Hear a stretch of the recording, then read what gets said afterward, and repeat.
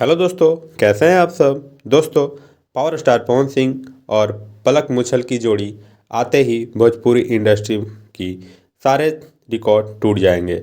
जी हाँ दोस्तों, power star Pawan Singh और पलक मुछल की रिसेंटली आने वाली छठ सॉन्ग है।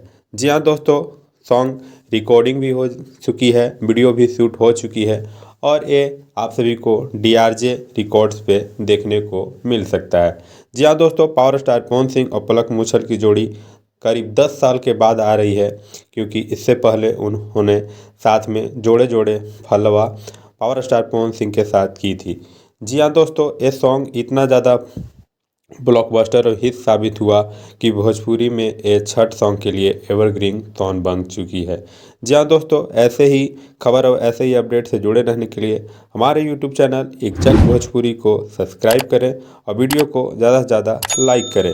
जी हाँ दोस्तों, तो पावर स्टार पवन सिंह और पलक मुछल की जोड़ी जल्द ही आप सभी को देखने को मिल सकती है।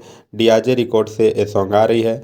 वीडियो शूटिंग कंप्लीट हो चुकी है और वीडियो रिकॉर्डिंग भी कंप्लीट हो चुकी है। गाने की रिकॉर्डिंग भी कंप्लीट हो चुकी है और इसमें लिरिक्स अरुण बिहारी का होने वाला है। थैंक यू, धन्यवाद, जय हिंद, लव यू।